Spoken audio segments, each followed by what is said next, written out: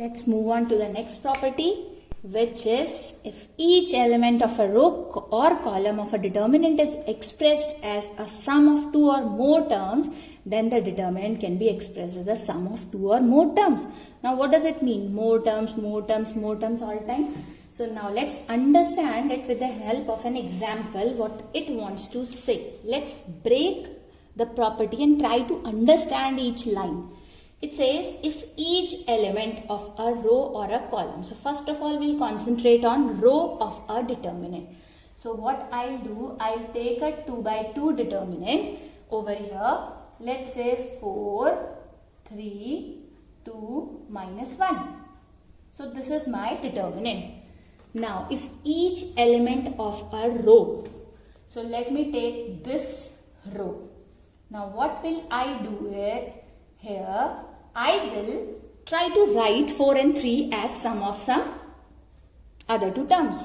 So how can I write 4? I can write 4 as 2 plus 2 and I can write 3 as 1 plus 2.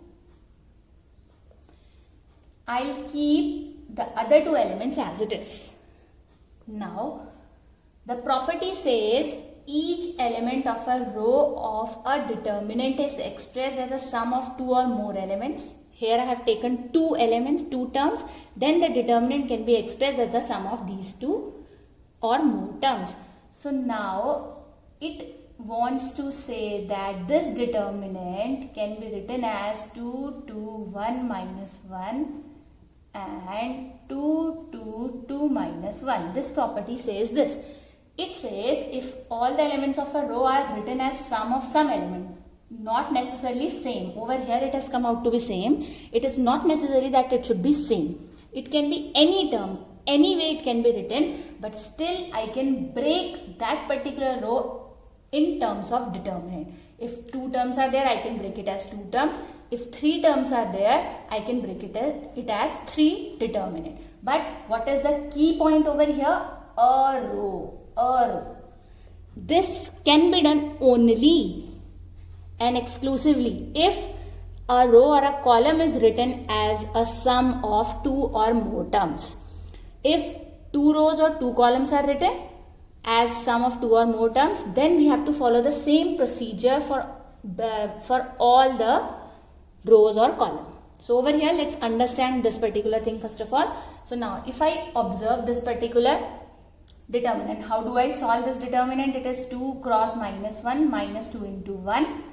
So this will be minus 2 minus 2. This is minus 4.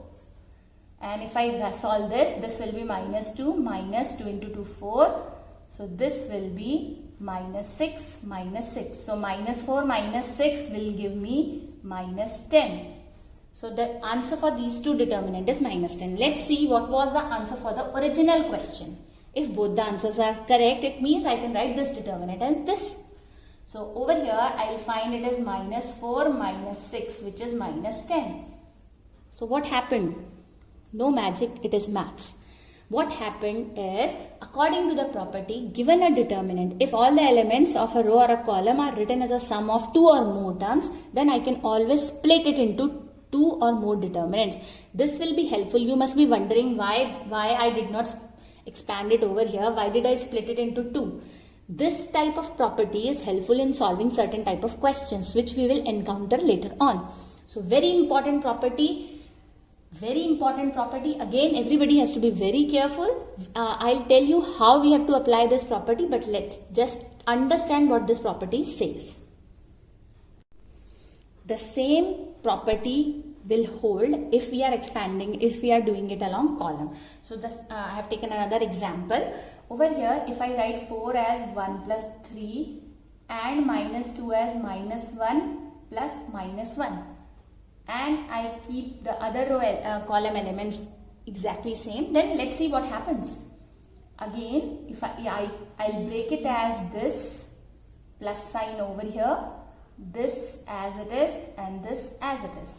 Now let's expand the determinant. 1 into 1 minus 1 into 3. This is 1 plus 3 and this is 3 minus 3. So it is 3 plus 3. So this will be 10. Now let's see what was the answer for this determinant. So 4 minus 2 into 3, this is 4 plus 6, which is 10. So again the answer is same. So what do we observe? I can always split a determinant if all the elements of a row or a column are written as sum of two or more terms. Depending on the terms, the determinant can be split into those number of determinants. Now let's move on to the next property, the last property, and very important property which will be used in multiple questions. So everybody has to be very attentive over here. So what it says, if to any row or column of a determinant, a multiple of another row or column is added, the value of the determinant remains same. Now what it means to any row? First of all, let's stick to row of a determinant. A multiple of another row is added, the value of the determinant remains same. Let's understand it with the help of an example. Again, I'll take a 2 cross 2 determinant. Let's say 4, 3, 2 minus 1. Now it says if to any row, let's say this row, which we will say as R1, if to this particular row, let's say R1, R2, C1 and C2.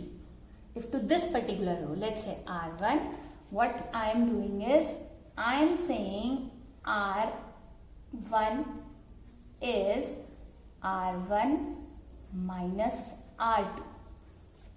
Now, how do we decide these operations? This, when we will do the questions, depending on the nature of a question and what exactly we want, we will be applying the operations. Now, after doing this property, I'll tell you what type of operations are valid and how we can decide the operations. Now, if I apply this particular operation, what does it mean? It means this operation is applicable to each and every element present in that particular row. If I have written R1, it means the change will be in R1 and R2 is responsible for that change. The elements of R2 will not change. I repeat, the elements of R2 will not change. Only the elements of R1 will change, because R1 says R1 tends to R1 minus R2, or R1 is equal to R1 minus R2. Now over here, what will we get? If I apply this property, my determinant will change to, I'll keep the other determinant, other row elements exactly same. For this it is 4, and how do we apply the operation? If I take 4 over here, for R2 I will take the corresponding element of another row. Similarly, if I take 3 here, I'll take the corresponding element of R2. Whatever element is exactly below or above that, depending on the operation that we are applying. So if it is R1 minus R2, so it will be 4 minus 2. So we will get 2 over here. For this particular operation, it is 4 minus 2. Now over here, it is 3 minus 1. So it is 4. So what is the operation? 3 minus 1. So now let's see what we are getting. We are getting this change determinant. Let's verify whether the answer for both the determinant are same. After applying this operation, is the answer for this determinant and this determinant same or not? Let's see the previous one first. So it is minus 4 minus 2 into 3. So minus 4 minus 6, which is minus 10. Now let's see for this. It is minus 2 into 4. So minus 2 minus 8. Again minus 10. So whatever operations you apply, n number of operations you can apply, the answer will always be same. So this type of operations are very helpful in solving many questions of determinant, which we will be discussing further. So I'll move on to the questions of exercise 4.2 of NCERT, and we will understand how we have to apply all these 7 properties that we have learned. All these 7 properties are never asked in CBSE exams as such, state the property and verify the property, but these properties are very helpful in solving in fact all the questions of determinant. So what we have to keep in mind that determinant always, given a 3 by 3, given a 2 by 2 determinant, we can always expand the determinant. But why did we study properties? We studied properties because by applying the properties, solving a question of determinant becomes very, very easy. So that is why keep this underlying principle in mind, that always we have to apply properties to simplify our calculations only.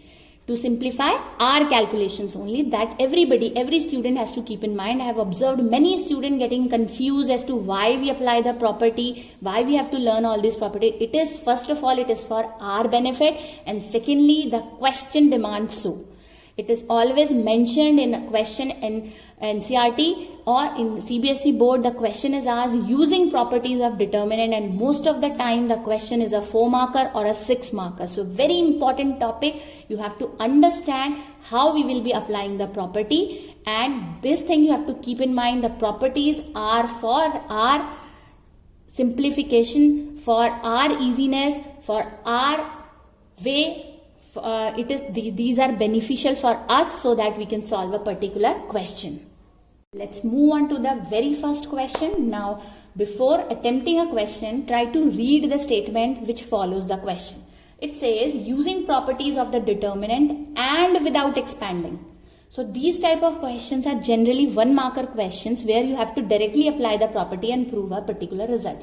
Again, you have to be very, very attentive. You always have to keep on revising certain properties, and certain tricks are there which I'll be telling you, which you have to keep in mind while approaching a particular question. So given a question like this, using property first thing, so you have to use at least 1 property, and without expanding. It means you cannot expand this particular question at any stage. So directly you have to write the answer. So question says, this 3 by 3 determinant should come out to be 0. The answer should be 0. The question says that you have to prove it. Now, and you don't have to expand. So what you will do? Now, given a question like this question can be done in 3 ways. Now, let's understand what are those 3 ways.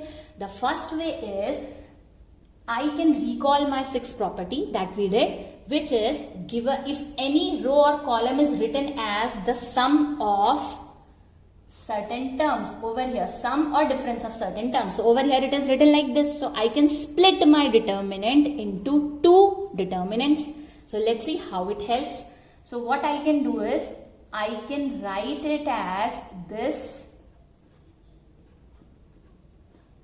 plus, you always have to remember the column or row where the terms are written as a sum or difference of certain terms, that only is different. The rest of the elements of other rows or column remains same. So over here you can observe XYZ, XYZ, ABC, ABC. The same thing I write over here, XYZ, XYZ, ABC. And over here I'll write the second term, which is ABC.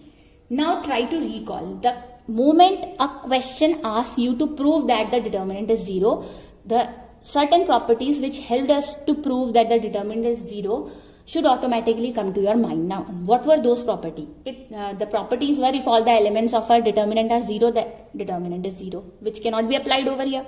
The second one was, if any row or any column is 0, then the value of the determinant is 0. Again, this cannot be applied over here. The third one was, if any 2 rows or columns are identical, the value of the determinant is 0. Let's see if we are getting any 2 row or column identical. Over here, I observe that C1 and C3 are identical. And for this, C2 and C3 are identical.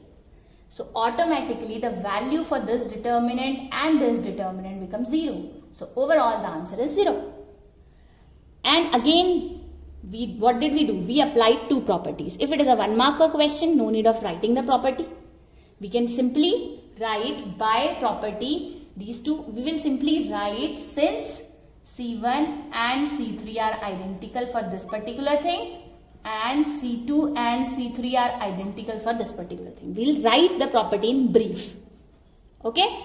Now let's move on to the other way of doing this particular question. Now if I observe, I can write this particular thing as, what did I observe? Column 3 is written as sum of two terms, and column 1 and column 2 has exactly the same terms which are over here written as a sum. So I can write an operation saying C1 is C1 plus C2. What I'll do? I'll add all the elements of C1 and all the elements of C2. And how do we add? We add corresponding element wise, and we will write the answer in C1. So I'll write this as x plus a, y plus b, z plus c. This will be a, and the change is in C1, so C2 will be unaffected. It will be written as it is. This is x plus a, this is y plus b, this is z plus c. So now what do we observe? Again, these two columns C1 and C3 are identical. Hence, the value of the determinant is 0. So again, any way you approach, you have to apply two properties. So the question can be done in two ways. I said three ways. So what is the other third way? I can do the same operation in C2. I can write it as C2 such that C2 minus C1. So this is sub part of this C2 plus C1. So this is sub part of this. The changes will be done in C2, not in C1. So this C1 will be as it is. This will be x plus a, y plus b, z plus c. This is x plus a, y plus b, z plus c. So again these two rows, these two columns are identical. So value of the determinant is 0. What is the next operation that we can do? I can do one more operation which says I can write C3 as C3 minus C2. Now what does it mean, C3 minus C2? It means I will write C1 as it is, C2 as it is, and for C3, x plus a minus a will give me x, y plus b minus b will give me y, z plus c minus c will give me z. Again, C1 and C3 are proportional, identical, so value of the determinant is 0. So what do we observe? We observe that anyhow if the question demands us to find the solution as 0, so we have to recall only those properties which are giving me result as 0.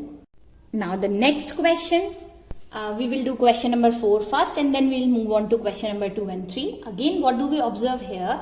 First, all the elements are written as 1, 1, and next BC and all the other terms are written. Now first thing that comes to my mind is I'll write this as it is. I'll try to open up the bracket and see what I am getting. So I'll write it as this, CA plus CB. Now what do we observe? Are all the elements same over here? No. Whatever is missing here, AB plus AC plus BC, that term is present over here. Similarly, AB plus BC, CA is missing, that term is over here. So what I'll do is, I'll apply an operation C3 such that C3 plus C2. Now what will it give me? C1 will be as it is, C2 will be as it is. And for C3, I'll write AB plus AC plus BC. BC plus BA plus CA. CA plus CB plus AB. Now what it gives me? If I observe, all the elements of C3 are exactly same. And over here these are same. So what property should come to my mind? That if two columns are proportional, then also the value of the determinant is 0. Two columns, how the columns are proportional? If I divide all the elements of C3 by C1, the answer will be same. Let's see how. If I divide AB plus BC, AC plus BC by 1, what will I get? AB plus AC plus BC. Similarly, if I divide this by 1, what will I get? AB plus BC plus AC. Similarly, if I divide CA plus CB plus AB, what do I get? I'll get the same thing. So, if I am getting the same factor, always whenever I divide the two rows or two columns, it means the columns are proportional. So, when C1 and C3 are proportional, it means the value of the determinant is 0. Again, clear? Now, let's move on to the next question. Question number 3. Question number 3 is written over here. So, now what do we observe? over here certain numbers are written and again I have to prove the determinant to be 0. So it means what I have to work on, I have to work on either making two rows or columns proportional, identical, or all the elements of that particular row or column 0. So let's proceed in that direction. So again there are two operations which we can do. I'll do first this operation which is C3 minus C1 and it will go to C3. Now what will happen? Let's see what will happen if I apply this operation. You must be thinking how we will think this particular thing in exam. So the answer for this question is practice. Once you will practice all the questions multiple times, you will all these things will automatically come to your mind because you'll be able to see what actually is happening in the question. So very important, try to observe, relate and then study. Don't just blindly keep on practicing, just compare each and every question and then try to think why we are applying this property over here, not the other property, and then proceed. In this manner, you will be able to recall as well and you will remember it for longer time.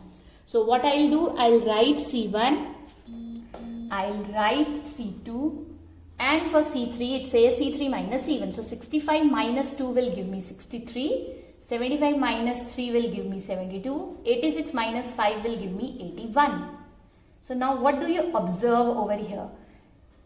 63 can be written as, I'll write it over here, 63 can be written as 9 into 7, 72 can be written as 9 into 8 and 81 can be written as 9 into 9. So what happens? What does it mean? Why I have written it like this? So if I divide C3 by C2 corresponding element wise, will I get the same answer always? Let's see, if I divide 63 by 7, will I get 9? Yes. If I divide 72 by 8, will I get 9? Yes. If I divide 81 by 9, will I get 9? Yes. So it means if the answer for all the three elements is same, so C2 and C3 are proportional. So once two columns are proportional, the value of the determinant is 0. So how do we write an exam? We will simply write after this particular operation that C2 and C3 are proportional. We don't have to show this particular thing. This is for your understanding. We only have to write that C2 and C3 are proportional. Hence the value of the determinant is 0. So this is one way of applying this particular operation and simply dividing. What is the other way? Other way is I can write this particular determinant. This is 2, 3, 5. This is 7, 8, 9. I can write it as 2 plus 9 into 7. This I can write as 3 plus 9 into 8. And this I can write as 5 plus 9 into 9. Once I have written it as sum, I can split it into 2. Again, I will get the same thing. 2, 3, 5.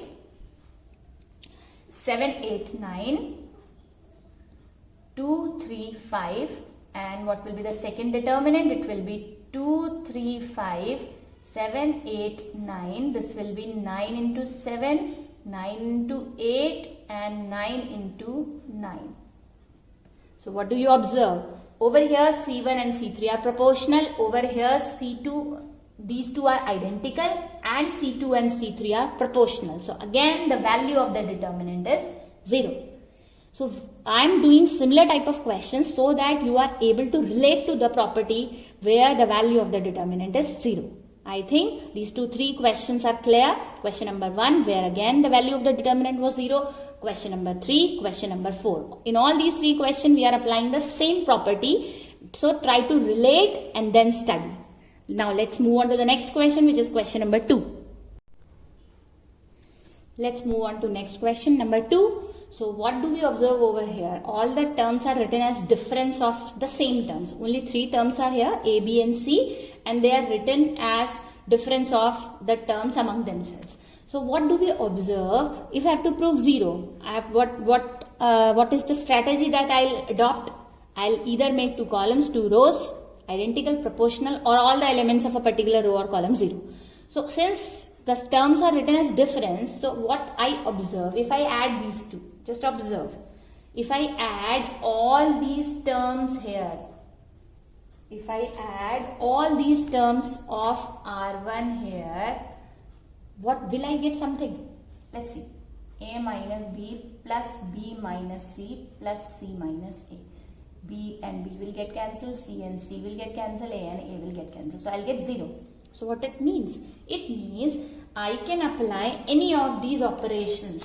What operations? Like C1 such that C1 plus C2 plus C3. And remember, when we are writing C1, C2, C3, I have observed many students doing this mistake, that they are writing column and they are adding in row. So when we write column, columns are these columns. So what do? We do it vertical wise, like shifting of curtains. So how do we shift? We shift it vertically if I am doing it column wise. If we do it row wise means like this.